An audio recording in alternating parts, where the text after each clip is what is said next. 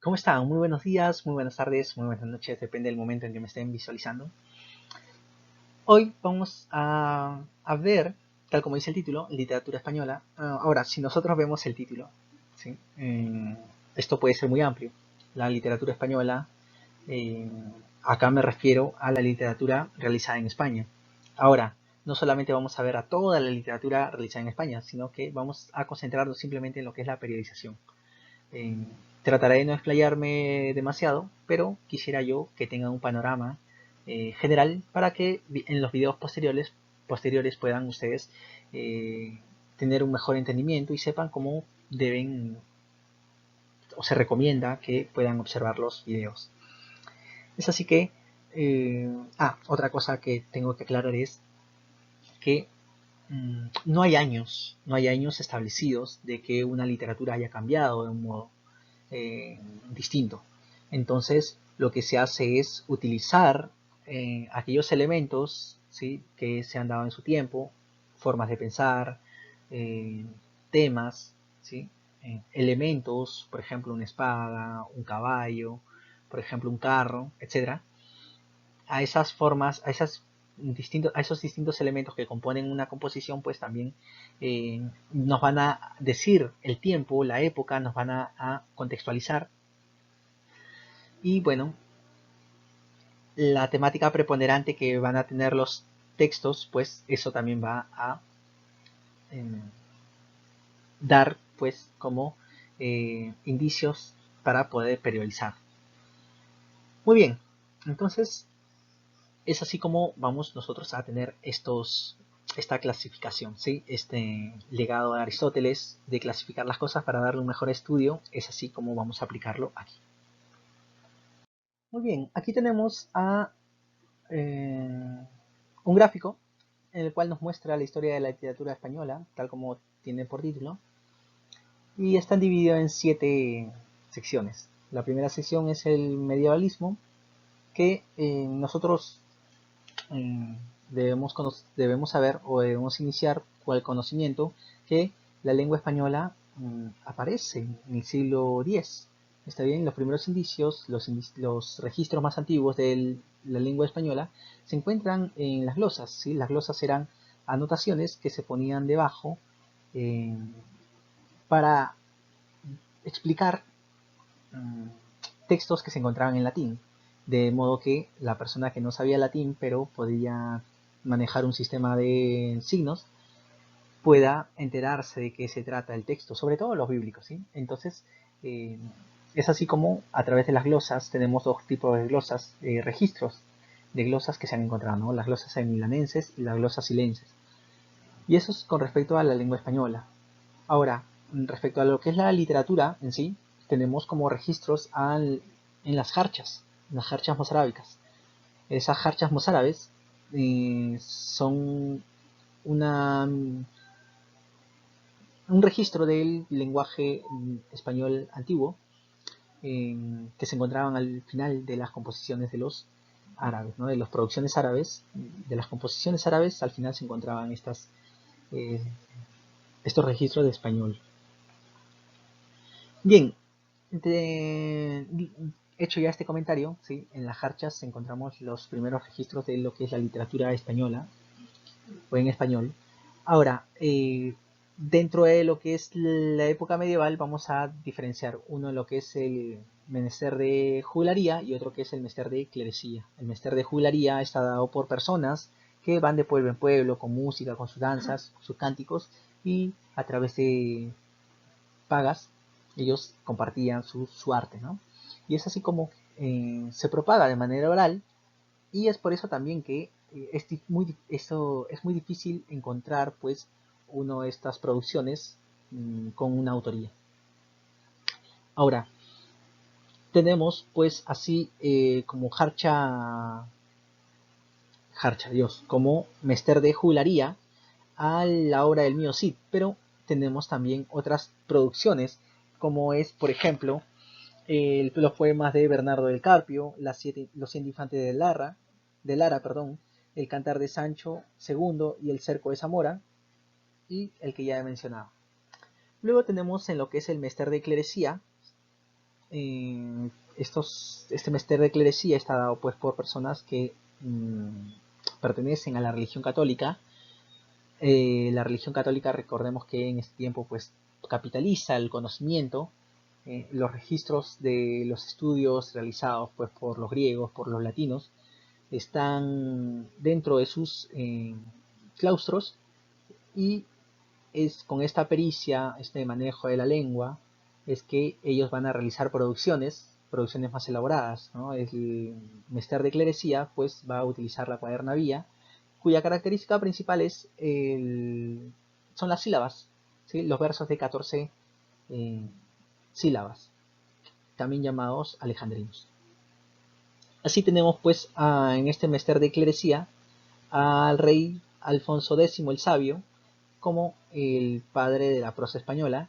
Tenemos a Gonzalo de Berceo, tenemos a Juan Ruiz, el arcipreste de Ita, y Juan Manuel como también uno de los máximos prosistas. Ahora, ¿en qué se van a diferenciar estos dos mejores prosistas? En los siglos en cuales se presentan. ¿Está bien? Ya lo vamos a ver más adelante, hay otro gráfico que nos va a ayudar a entender esto. Así entramos pues al pre-renacimiento. En el pre-renacimiento vamos a ver que la posición de las preguntas, el cuestionamiento de la vida, ya no va a estar direccionado todo con una divinidad, con Dios, sino que se va a poner ya se está poniendo desde acá como centro al hombre. Así tenemos a Jorge Manrique con sus coplas a la muerte de su padre, en los cuales ya nos da a entender que su padre era un guerrero muy conocido y a través de ello quiere generar la inmortalidad, ¿no? Y aquí ya se va un poco poniendo de lado la inmortalidad en una gloria futura, sino que se va a concentrar simplemente en la inmortalidad que le pueden dar los hombres a través de sus recuerdos. Luego también tenemos a Fernando de Rojas con su obra La Celestina, cuya crítica también se le hace pues al catolicismo, ¿no? De hecho, hay pasajes muy controversiales que posiblemente no le hayan gustado mucho a los clérigos de ese entonces.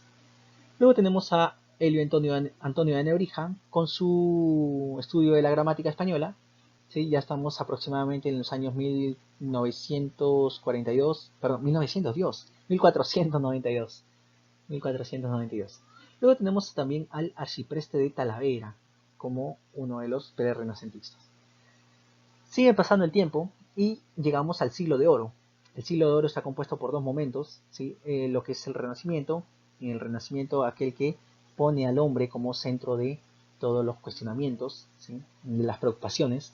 Y luego tenemos a lo que es el Barroco. Dentro del Renacimiento tenemos a Juan Boscán y a Garcilaso de la Vega, Dios.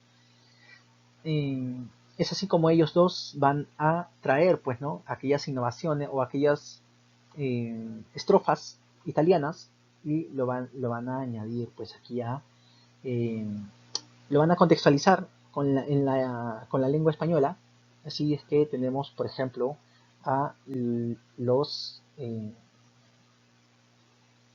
estas composiciones de que están estructuradas pues por 4 estrofas, las dos primeras que son un cuarteto y las otras 2 tercetos. Este tipo de composición es un soneto, que es influencia italiana. Luego también tenemos a Fray Luis de León con su tópico Carpe Diem, ¿sí? Aprovecha el momento, joven. Luego tenemos también los cuestionamientos Teresa de Jesús, y también tenemos El Lazarillo de Tormes, esta novela picaresca, en los cuales también vamos a tener un cuestionamiento por la actitud que van a tomar, por ejemplo, el clérigo, uno de los personajes de esta obra. Esta obra anónima, por cierto. Luego vamos a pasar al periodo barroco, y así tenemos al literato como Miguel de Cervantes Saavedra, con su máxima obra, que es El Quijote de la Mancha, Don Quijote de la Mancha. ¿sí? Aquí también ya se está pues realizando un cuestionamiento, ¿sí? Según el crítico literario, el estudioso de la literatura, Jesús G. Maestro, interpreta pues a Miguel Cervantes Saavedra como un cuestionamiento hacia el idealismo, ¿no? No como una forma de decir que eh, hay que ser idealista para poder avanzar y generar nuevas formas, nuevas vivencias, etcétera, sino que repensar nuevamente, ¿no? Cómo idealizar mucho nos puede llevar a situaciones peligrosas, e incluso eh, este, golpeadas, ¿no? Malas, malas en general. Luego tenemos a Luis de Góngora y Argote. Ya estamos dentro de lo que es el culteranismo, ¿sí? El máximo representante del culteranismo, Luis de Góngora y Argote. Recordamos que gracias al culteranismo lo que trata de hacer es complejizar la lengua y así poder generar pues una forma nueva de expresión. Y es por eso que Luis de Góngora y Argote va a tomar palabras del latín y las va a utilizar para poder generar nuevas palabras y así nuevas formas de expresión, dando lugar pues al bimorfismo, ¿no? El bimorfismo léxico.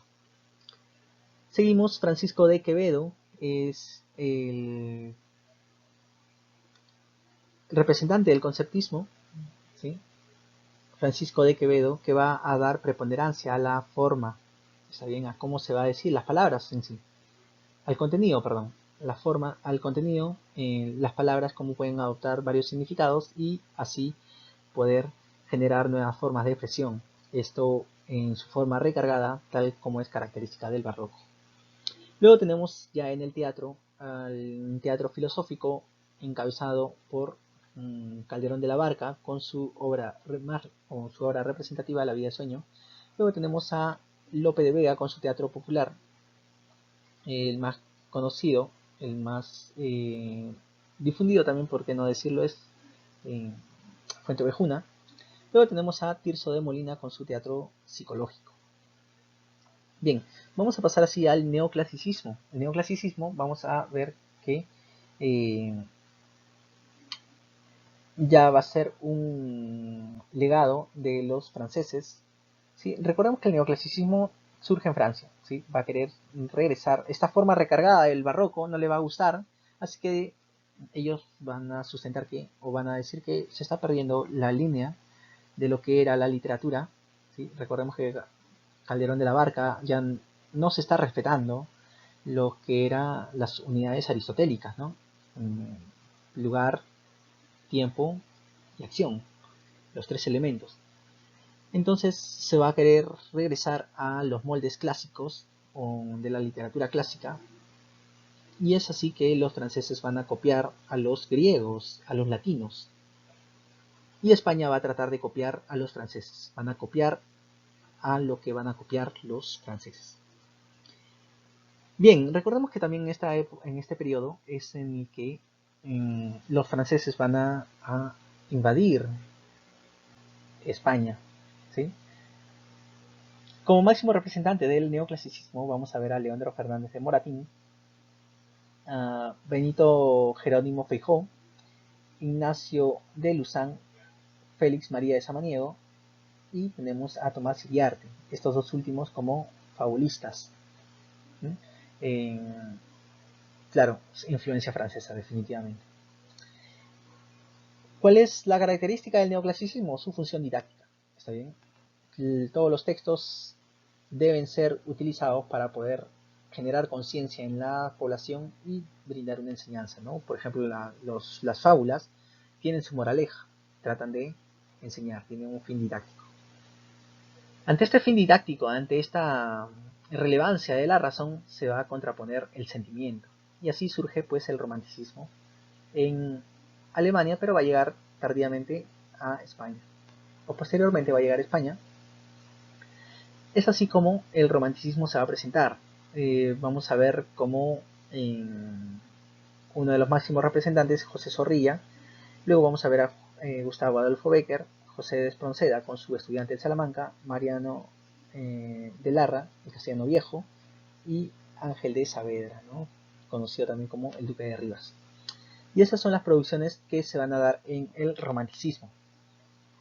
Este sentimentalismo va a ser tan extremo que, bueno, se va a comenzar a idealizar. Y este navegar por el mundo de las ideas no va a ser muy apreciado, puesto que Europa va a empezar a industrializarse y las condiciones de vida van a agravarse. Es así que va a surgir el realismo. Y este realismo va a llegar también a España en contraposición al idealismo del romanticismo. Así, el realismo va a tratar de reflejar lo que son las vivencias, van a generar una correspondencia, más realista de las formas de actuar, ¿no? Si antes una persona se entregaba a las pasiones a costa de su vida, pues en el realismo vamos a ver que las personas van a querer pensar en sí mismos, ¿no? Ese aspecto individualista va a mostrarse. Así tenemos pues a Benito Pérez Galdós con su obra Marianela, tenemos a Clarín, seudónimo de Leopoldo Alas. Luego tenemos a Juan Valera con su obra Pepita Jiménez, la más representativa, digámoslo así. Y luego tenemos a Vicente Blasco Ibáñez. Este realismo va a dar pase a lo que es la generación del 98, un cuestionamiento sobre cómo es que eh, España poco a poco va perdiendo sus colonias en América. Entonces exige que sus intelectuales replanteen cómo se está dando las políticas dentro de su país y cómo es que las personas se muestran ya un poco agobiadas, ¿sí? Tocadas por esta pérdida de las riquezas en América. Es así como tenemos a Miguel de Unamuno, Jacinto Benavente, José Martínez Ruiz, también conocido como Azorín, Pío Baroja, Antonio Machado, Ramírez Maestú, y luego tenemos también a Gabriel Miró, Ramón del Valle Inclán y Ortega y Gasset. Predominantemente, o predomina, mejor dicho, lo que es la reflexión filosófica. Luego tenemos lo que es la generación del 27, que van a ser una generación que se va a unir para poder conmemorar el tricentenario de este literato que tenemos aquí en pantalla, que es pues